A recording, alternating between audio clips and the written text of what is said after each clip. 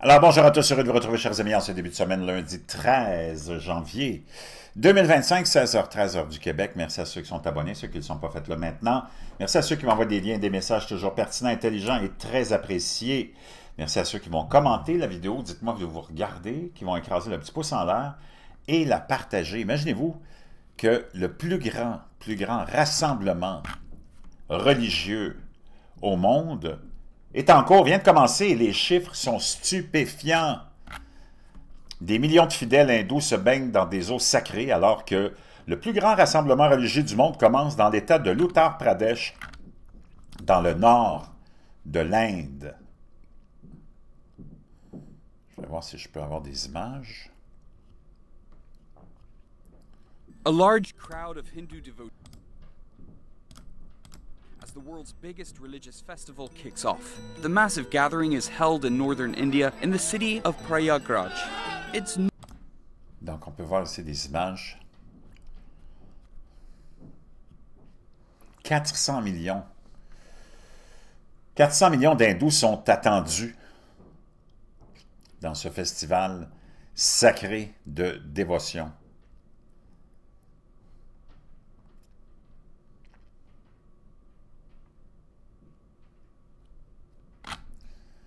Des millions de fidèles hindous se baignent dans des eaux sacrées alors que le plus grand rassemblement religieux du monde commence dans l'État de l'Uttar Pradesh, dans le nord de l'Inde. Au cours des 6 prochaines semaines, un nombre impressionnant de 400 millions de personnes devraient assister au Maha Kumbh Mela, au festival de la cruche sacrée sur les rives du fleuve dans la ville de Prayagraj.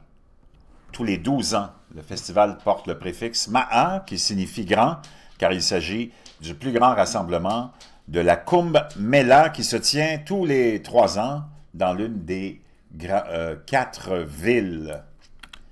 Donc, à Prayagraj, les fidèles se baigneront dans le Triveni Sangam, le confluent de 3 rivières sacrées, le Gange, le Yamuna et la mythique Saraswati, pour purifier leurs péchés et faire un pas de plus vers la libération spirituelle.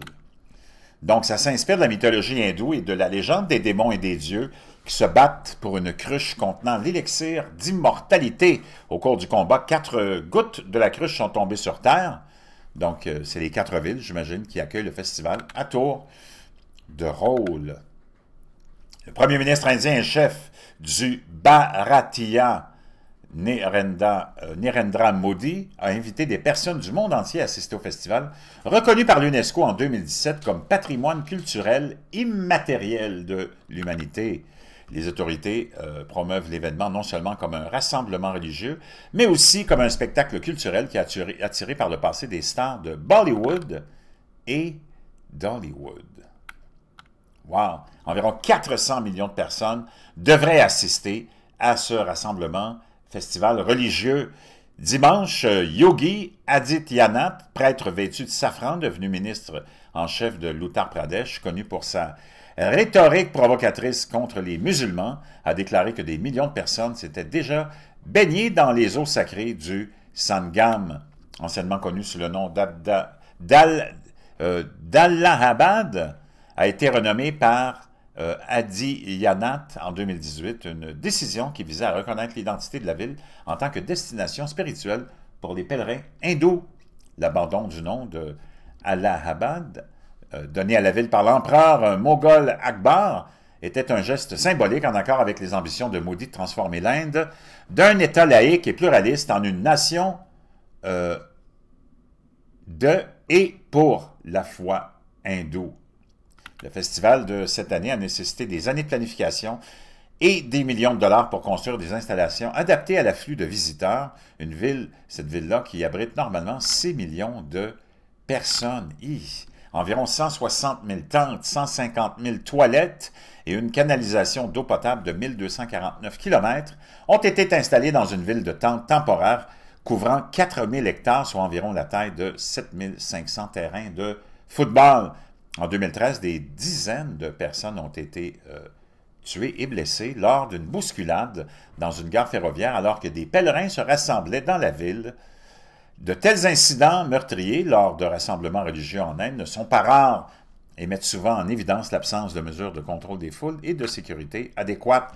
Cette année, les autorités affirment que des mesures de sécurité supplémentaires ont été mises en place pour protéger les visiteurs, notamment un réseau de sécurité, avec des points de contrôle autour de la ville occupés par plus de 1000 policiers, plus de 2700 caméras de sécurité alimentées par l'intelligence artificielle seront positionnés dans toute la ville, surveillés par des centaines d'experts à des endroits clés selon le gouvernement central.